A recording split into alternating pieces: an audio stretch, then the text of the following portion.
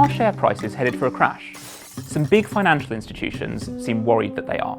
Jamie Dimon, the boss of JP Morgan, has said that a lot of assets are entering bubble territory, and the IMF has warned of a disorderly correction since prices have risen well above fundamentals. Now, when they say that, what they mean is that companies' share prices have risen very high indeed compared with those companies' underlying earnings.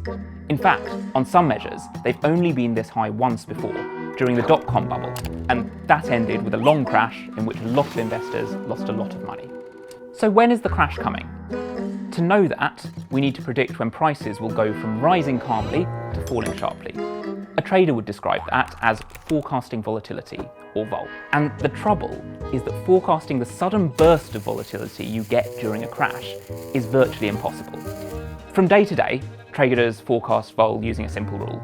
If things are calm today, they're likely to be calm tomorrow, and if people are panicking today, they're more likely to be panicking tomorrow.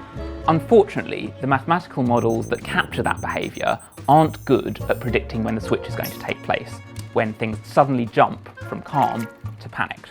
So to augment these models, traders come up with other ones. They combine lots of different macroeconomic variables, from GDP growth, inflation data, to jobs reports, corporate earnings. They smush those together and they try to use them to forecast moments of vulnerability when the market might suddenly be about to turn.